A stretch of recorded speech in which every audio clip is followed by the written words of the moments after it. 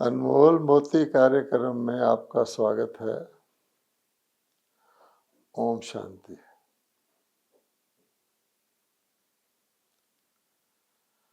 5 विकारों में लोभ को भी एक बहुत बड़ा विकार कहा गया है। लोभ एक मीठा जहर है। कड़वे जहर से तो व्यक्ति उसकी कड़वाहट के कारण सावधान हो जाता है, परंतु मीठा जहर व्यक्ति खुशी खुशी उसको निगल लेता है और बाद में उसका परिणाम भोगता है। हम जानते हैं कि एक चूहा चूहेदानी में कैसे आता है। बंदर को भी अगर पकड़ना हो तो छोटे मुंह वाली किसी चीज में चने डाल दीजिए, बंदर आके उस चने की मुट्ठी भर लेगा, मुट्ठी नहीं खोल लेगा, चने नहीं छोड़ेगा, पकड़ा जाएगा। मनुष्य तो बहुत बुद्धिजीवी प्राणी है, बहुत समझदार है, लेकिन मनुष्य भी लोभ के कारण धोखा खा जाता है।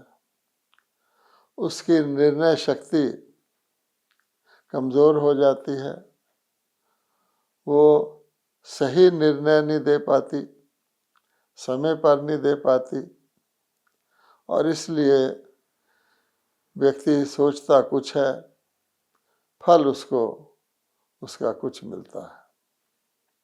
उदाहरण के तौर पर आज के ज़माने में सब लोग चाहते हैं उनके शरीर का वजन घटे। डॉक्टर्स ने भी बताया है कि बहुत सारे रोग ओवरवेट होने के कारण होते हैं, और वैसे भी व्यक्ति महसूस करता है कि उसको चलने फिरने में, कार्य करने में मोटापा एक बहुत बड़ा विघ्न है, और व्यक्ति जितना हल्का फुल्का होगा उतना वो ज़्यादा कार्य भी कर सकेगा और हल्का भी रहेगा। इसीलिए आज के लोग अपने शरीर के वजन का बहुत ध्यान रखते हैं, कई प्रकार के यत्न करते हैं कि हमारा शरीर हल्का रहे। एक्सरसाइज करते हैं, कई दवाइयाँ भी खाते हैं, कई चीज़ों से परहेज करते हैं, आदि आदि। लेकिन वही मानव जिसकी बुद्धि उसको ये सही निर्णय दे रही है कि आप अपने वजन को कंट्रोल में रखें, तो अन्य हर चीज़ कंट्रोल में रहेगी। वही बुद्धि अब देखिए कि जब लोभ का मामला आता है, जब पैसे का बात आती है कि लोभ को लोग रुपए पैसे से ही गिनते हैं, धन की बात आती है तो व्यक्ति क्या कहता है? किसी से भी पूछो कि तुम्हें धन एक मात्रा में रखना चाहिए या जितना मिले उतना अच्छा है, तो हर व्यक्ति कहेगा अरे धन से तो हर प्राप्ति हो सकती है, तो मैं जितना धन मुझे मिले उतना अच्छा है। और हर व्यक्ति धन को इकट्ठा करने की कोशिश करता है, धन को जमा करने की कोशिश करता है, जितना हो जाए उससे भी अधिक वो चाहता है, मिलता ही जाए। धन की प्यास कभी बुझती नहीं है।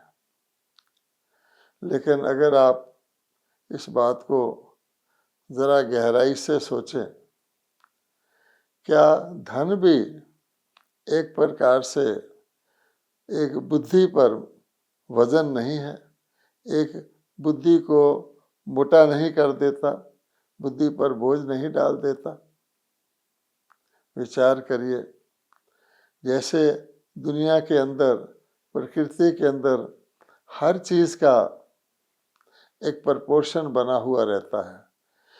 कितनी भी कोई वैल्यूएबल चीज़ हो, कितनी भी साधारण चीज़ हो, उसकी मात्रा निश्चित रहती है कि उस मात्रा में उसको लेंगे तो आपको लाभ देगी। उससे कम मात्रा होगी तो भी किसी न किसी प्रकार की हानि होगी, किसी न किसी प्रकार का रोग लग जाएगा। ज़्यादा में लेंगे तो भी वही बात होगी। तो लोग कम वाली बात को तो समझते हैं, लेकिन ज़्यादा वाली को लोभ के कारण वो देखते हुए भी नहीं देखते कि वो लोभ में फंस रहे हैं। जैसे व्यक्ति के शरीर को ले लें। अब व्यक्ति का शरीर एक पर्टिकुलर मात्रा में शरीर को भोजन चाहिए होता है, शारीरिक शक्ति चाहिए होती है। उसमें शुगर भी होता है, कार्बोहाइड्रेट जिसको कहते हैं, प्रोटीन भी होता है, फैट भी होता है, उसमें पोटेशियम भी होता है, मैग्नीशियम भी होता है। अब मैग्नीशियम की बहुत थोड़ी सी मात्रा शरीर को चाहिए होती है। अगर वो कम हो जाए तो भी नुकसान करती है, ज़्यादा हो जाए तो भी नुकसान करती है। अगर एक साधारण उदाहरण लें तो एक व्यक्ति धनवान है, उसके पास इतना धन है कि वो सारे नगर का भोजन खरीद करके ले सकता है। सारे नगर में जितने होटल, जितने भोजनालय हैं, सबका भोजन वो खरीद सकता है। धन में इतनी शक्ति है, किंतु वो खा कितना सकता उसमें से, और खाने के बाद पचा कितना सकता है। अगर वो ज़्यादा खा लेता है, फिर उसको पचा नहीं पाता, तो उसको फिर उसके निकास के लिए भी शरीर को मेहनत, समय और शक्ति देना पड़ता है। इसलिए कहा जाता है कि ये जो लोभ है, लोभ से कोई चीज़ हम जब ज़्यादा मात्रा में ले लेते हैं तो फिर वो हमारी बुद्धि को, हमारी निर्णय शक्ति को धुंधला ब्लर कर देती है, और जिस कारण हम उस अधिक लोभ से इकट्ठा किया अधिक धन के गुलाम हो जाते हैं, और बजाय कि वो हमें कुछ लाभ दे, कुछ फायदा करे, वो हमारे लिए हानि का कारण बन जाता है। उदाहरण के लिए आप देखिए एक धनवान व्यक्ति, तो धनवान व्यक्ति की प्राय स्वभाव होता है कि जो चीज़ सीजन की है, जो सस्ती मिल रही है, जो हर एक को उपलब्ध है, उसको वो नहीं लेगा, और कोई चीज़ जो महंगी होगी, जिसकी कीमत ज़्यादा होगी, वो सोचेगा मेरे पास तो धन है, वो उसको लेगा। चाहे वो शरीर के लिए फल हों, चाहे वो सब्जियां हों, तो आप देखेंगे कि जब कोई चीज़ बहुत महंगी होगी, आउट ऑफ सीजन होगी, कहीं विदेश से इंपोर्ट की हुई होगी, अमीर उसको लेगा। और दुकानदार लोग भी उसके स्वभाव को जानते हुए, फलों की दुकान वाले सारे फल सजाए हुए होंगे, लेकिन कोई विशेष टोकरियां बना करके, उसमें वर्क लगा करके, उसमें सिल्वर का धागा लगा करके, सजा करके इन चीज़ों को रखते हैं, जो कहीं दूर देश से आई होती हैं, जो किसी फ्रीज़र से निकाली हुई होती हैं, या जो दुर्लभ होती हैं, जिनका सीज़न ऑफ चुका होता है। और अमीर आदमी कार में बैठे बैठे उसको कहता है ये मुझे दो। वो समझता है महंगा है तो अच्छा है। उसका परिणाम क्या होता है कि कुदरत ने हर सीज़न की चीज़ व्यक्ति के लाभ के लिए बनाई है, और जब वो सीज़न चले जाता है तो वही चीज़ उसको लाभ के बजाय हानि करती है। परंतु अब क्योंकि धनवान लोग इस प्रकार की चीज़ों का सेवन करते हैं, तो क्या होता है, उनका नॉर्मल डाइजेस्टिव सिस्टम नॉर्मल नहीं रहता, बिगड़ जाता है। अब उनको भूख नहीं लगती खाने के वक्त, तो उनको कोई ना कोई एपिटाइज़र खाना पड़ता है, और क्योंकि वो इस प्रकार की वस्तुओं का सेवन करते हैं और अधिक सेवन कर लेते हैं, तो फिर उनके पेट में वो खाना हजम भी नहीं होता, फिर उनको डाइजेस्टिव खाना पड़ता है, और उसके बाद वो भोजन नॉर्मल ढंग से स्वाभाविक तौर से एलिमिनेट नहीं होता, फिर उनको लैक्सेटिव खाना पड़ता है, अर्थात धक्के दे करके वो अपने शरीर में से भोजन डालते हैं, धक्के देकर उसको फिर उसका अविशेष निकालते हैं। ये अमीर आदमी की हालत हो जाती है, और अपनी बिगड़ी हुई आदतों के कारण से आप पाएंगे उनको डायबिटीज़ की बीमारी बहुत जल्दी हो जाती है।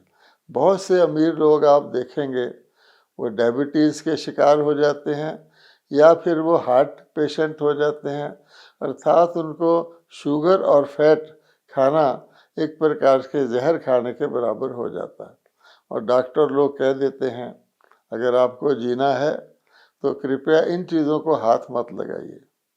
अब देखिए कैसी भाग्य के कैसा खेल है कि एक अमीर व्यक्ति कार में जा रहा है, अचानक बंगाली रसगुल्ले की दुकान आती है, और ड्राइवर कहता है सर ज़रा 1 मिनट, और कार से उतरकर वो अमीर आदमी के सामने जा कर के रसगुल्ले खा रहा है, कुछ रसगुल्ले घर के लिए भी ले रहा है।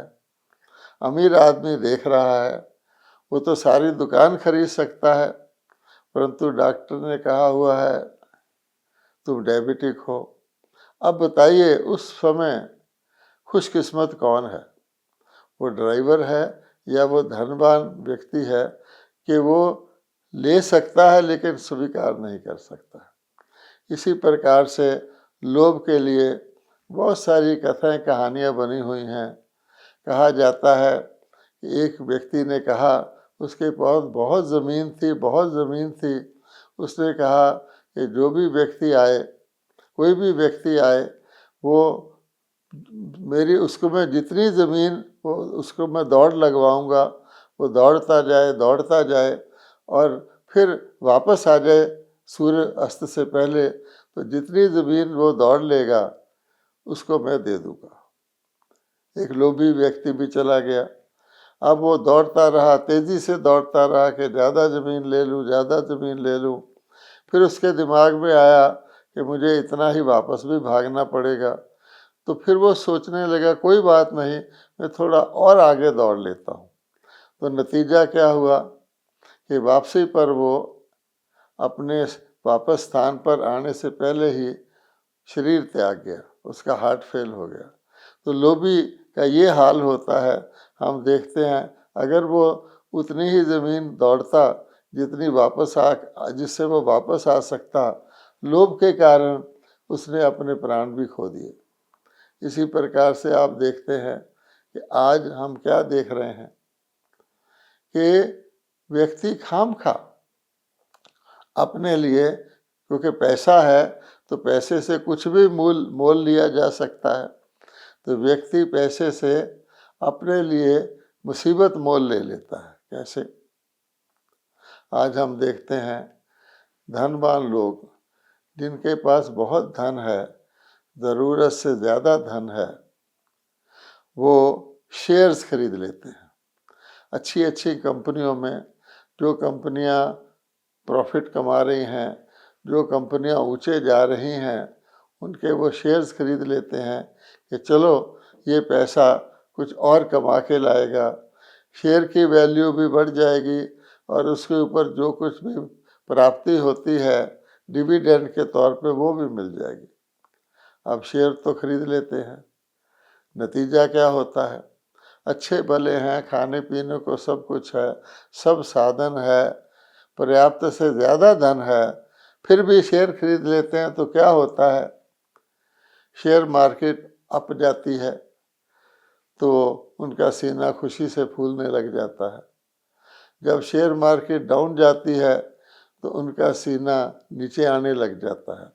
यानी अपना किया हो कुछ नहीं, दूसरी कंपनियों के शेयर ऊपर जाते हैं तो इस व्यक्ति के ऊपर प्रभाव आता है, और नीचे आते हैं तो उसका हार्ट बीट भी ऊपर नीचे होता रहता है। अब बताइए, ऐसे धन का क्या फ़ायदा? रोज़ अखबारों में आता है तो ये घटना हो गई, शेयरों की कीमत कम हो गई, हज़ारों लाखों करोड़ रुपए का लोगों को नुकसान हो गया। फिर आता है कुछ दिन बाद, ये घटना हो गई, शेयरों की कीमत ऊपर चली गई, तो इतने व्यक्तियों का इतने करोड़ का फ़ायदा। ये सब दिमागी नफ़ा नुकसान ही है, क्योंकि वास्तव में प्रैक्टिकल जीवन में तो व्यक्ति को जो कुछ उसने खा लिया, जो कुछ इस्तेमाल कर लिया, वो उसका, बाकी उसका क्या है? क्योंकि आजकल हम ये भी देखते हैं, अकाल मृत्यु का बाज़ार गर्म है, और ये भी स्टैटिस्टिक्स बताते हैं कि भूखमरी से कम लोग मरते हैं और ओवर ईटिंग से ज़्यादा लोग शरीर छोड़ते हैं। क्योंकि दूसरी तरफ जो है वो भी बहुत नुकसानकारक है, इसलिए आज अकाल मृत्यु इतनी हो गई है कि कोई किसी व्यक्ति को भी अपने श्वास पर भरोसा नहीं है। यहाँ तक कि हम इस लोक को ही मृत्यु लोक कहने लगे हैं। मृत्यु लोक का क्या मतलब होता है कि जैसे कोई व्यक्ति शमशान घाट में जी रहा हो, कब्रिस्तान में जी रहा हो, पता नहीं कब उसके प्राण निकल जाएं, तो ऐसे व्यक्ति को लोभ और भी सताता है। अगर एक जितना व्यक्ति के पास धन आदि होता है, जब वो प्राण त्यागता है और उसको अपनी आत्मा ने अपने जीवन काल में आत्मा को मुक्त नहीं किया होता, अपनी आसक्तियों से, अपनी वस्तुओं से, अपने वैभवों से, तो उस समय उसको प्राण त्यागने में परेशानी होती है। लेकिन ये देखिए, एक साधारण व्यक्ति को प्राण त्यागने में कम परेशानी होती है, और वो व्यक्ति जिसने अपने जीवन काल में बहुत सारी प्रॉपर्टीज, बहुत सारी चीज़ें बना ली हों, उसका क्या हाल होता है? वो तो चाहता है कि किसी तरह से मेरे प्राण बच जाएं, क्योंकि प्राण उसको दिखता है कि मैं इतना कुछ छोड़ के जा रहा हूँ। इसके लिए एक साधु की भी कथा आती है। एक अमीर आदमी ने किसी साधु को अपने घर में भोजन के लिए बुला लिया, और उससे पहले कि वो भोजन पर बिठाता, पीछे की तरफ घर के ले गया और लिफ्ट में ले जाकर फर्स्ट फ्लोर से दिखाया कि देखो महाराज, ये वो जो जितनी दूर दूर कॉलोनियाँ नज़र आ रही हैं, ये जितनी दूर दूर फैक्ट्रियाँ नज़र आ रही हैं, सब मेरी हैं। महात्मा जी समझ गए, आए तो भोजन पर बैठे, तो भोजन के टेबल पर एक ग्लोब रखा था दुनिया का। तो महात्मा जी ने पूछा, इस ग्लोब में तुम्हारा देश कहाँ है? तो उसने देखा छोटा सा भारत था उसमें। फिर उसने कहा, इसमें तुम्हारा शहर कहाँ है? वो तो एक बिंदी के रूप में था। फिर उसने कहा, इसमें तुम्हारी वो सारी प्रॉपर्टी और तुम्हारा वो कहाँ है? तो वो समझ गया कि मैं नकली अभिमान कर रहा हूँ। लेकिन ऐसी कथाएं इत्यादि व्यक्ति को टेम्परेरी तौर पे, जैसे कोई शमशान घाट में किसी के रिश्तेदार को शरीर छोड़ने के समय जाता है, तो टेम्परेरी तौर पे उसको वैराग्य आता है, उसके बाद फिर वो वैसे का वैसा ही हो जाता है। इसलिए कहा गया है कि लोभ एक बहुत बड़ा विकार है। तो व्यक्ति को सोचना चाहिए कि वास्तव में सुख और दुख किसको मिलता है? शरीर को नहीं मिलता है, आत्मा को मिलता है। आत्मा ही करती है, आत्मा ही भोगती है। अगर प्रेम है तो आत्मा प्रेम को महसूस करती है, वही अगर घृणा में बदल जाए तो आत्मा दुखी होती है। इसी प्रकार से अगर सुख भी लेना है तो सुख की महसूसता आत्मा को होती है। अब देखना है आत्मा का भोजन क्या है। वास्तव में आत्मा का भोजन जिस प्रकार के विचार आत्मा के अंदर होते हैं, जिस प्रकार की वृत्ति आत्मा की होती है, उससे पता लग जाता है कि आत्मा ने कैसा भोजन किया हुआ। और आत्मा की वृत्ति के अनुसार व्यक्ति के शारीरिक भोजन की भी तौर तरीके बदल जाते हैं। आज किसी बच्चे को भी कहो बच्चा दूध पी ले तो बच्चा मुंह फेर लेता है, और बच्चे को कहो बच्चा कोका कोला पी ले तो फौरन पी लेता है। बच्चे को कहो चटनी खा ले, गोलगप्पा खा ले तो खा लेता है, क्योंकि उसकी मानसिक स्थिति हो गई है। लेकिन उससे फिर जो प्राप्तियां होती हैं वो सब जानते हैं, रोग शोक आदि होता है। इसलिए भगवान हमको शिक्षा देते हैं, पहली बात कि तुम आत्मा हो, आत्मा ही कर्म भोग रही है। आत्मा में तुमने क्या जमा किया, उसमें क्या खोया, उसके ऊपर तुम्हारी असली रिचनेस जो है, संपन्नता, वो निर्भर करती है। आत्मा का भोजन है शुद्ध संकल्प। शुद्ध संकल्प होंगे तो व्यक्ति अपने अंदर सदा शुभ महसूस करेगा, दूसरे के लिए भी शुभ भावना शुभ कामना रखेगा, शुभ चिंतन करेगा। लेकिन आज के व्यक्ति को इस दुनिया के छलावे में, दुनिया के अंदर हर चीज़ में लोभ डाला हुआ है। आप कोई चीज़ लेने जाएंगे तो कहेंगे इसके साथ ये फ्री है, आप डबल ले लोगे तो और फ्री है। तो बहुत सारी बातें हमने देखा है, वो कितना फ्री है, सारे दिन में उतना फ्री इकट्ठा करते करते कितना धन व्यय कर देती हैं, कितनी व्यर्थ की एक्स्ट्रा चीज़ें अपने घर ले आती हैं। एक स्वभाव दिखाने की बात है। अब आइए आत्मा के व्यर्थ का। तो आत्मा के अंदर व्यर्थ संकल्प कितने चलते हैं आप देखेंगे। सारे दिन में शुद्ध संकल्प आत्मा का भोजन है, परंतु हम कितने व्यर्थ संकल्प चलते हैं। मेरे ख्याल में आज के ज़माने में 90% से भी ज़्यादा संकल्प व्यर्थ संकल्प चलते हैं, और दूसरों के लिए सोच करके नेगेटिव संकल्प चलते हैं।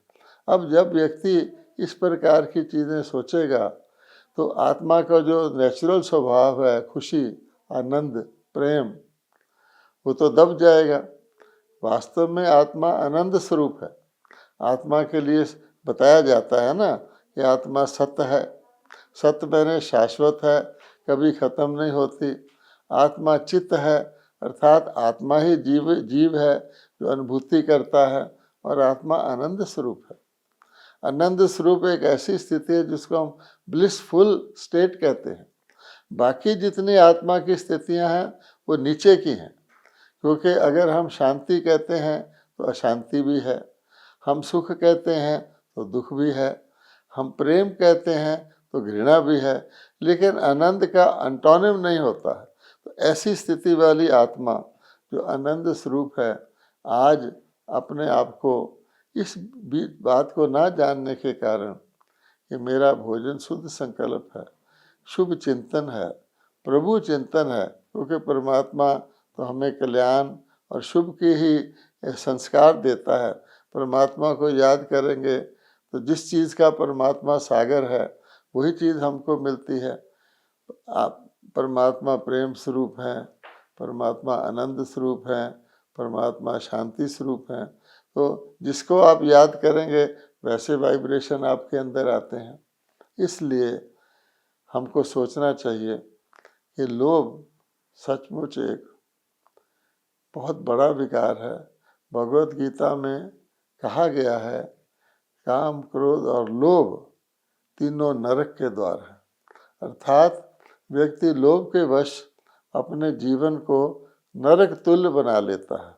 किसी चीज़ की एक्सेस कर लेता है, फिर उस चीज़ की जो एक्स्ट्रा उसके अंदर चली जाती है उसको फिर नॉर्मल में लाने के लिए उसको कितनी एनर्जी आदि खर्च करनी पड़ती है, समय लगाना पड़ता है, उसकी नेचर बिगड़ जाती है।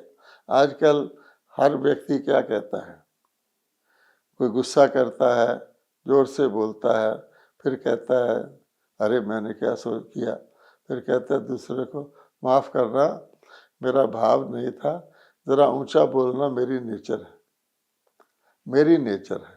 इसी प्रकार से कोई और कहता है कि भाई आप हर काम देरी से क्यों करते हो? कहता है वास्तव में मैं करना नहीं चाहता कि, लेकिन मेरी नेचर ऐसी बन गई है, मेरे अंदर आलस से आ जाता है, तो मेरी नेचर है। तो एक हो गई मेरी नेचर, और एक है हम जो परमात्मा ने हमारी नेचर बनाई थी। अब कोई कहता है कि चाय पिए बगैर मेरा सिर दर्द हो जाता है, कोई कहता है सिगरेट पिए बगैर मेरी बुद्धि नहीं चलती। तो ये नेचर तो नहीं है ना, ये तो बिगड़ी हुई आदत है। तो बिगड़ी हुई आदत को हम मेरी नेचर कहते हैं। जो स्वाभाविक नेचर है वो तो सभी की एक जैसी होगी।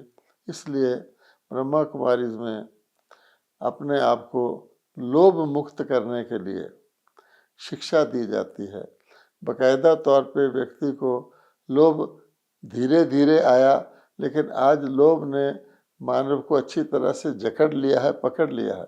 वो जानते बूझते भी लोभ के अंदर फंस जाता है। आमतौर पे कहा जाता है by one get one free, एक चीज लो एक फ्री मिलेगी, ये लोभ है।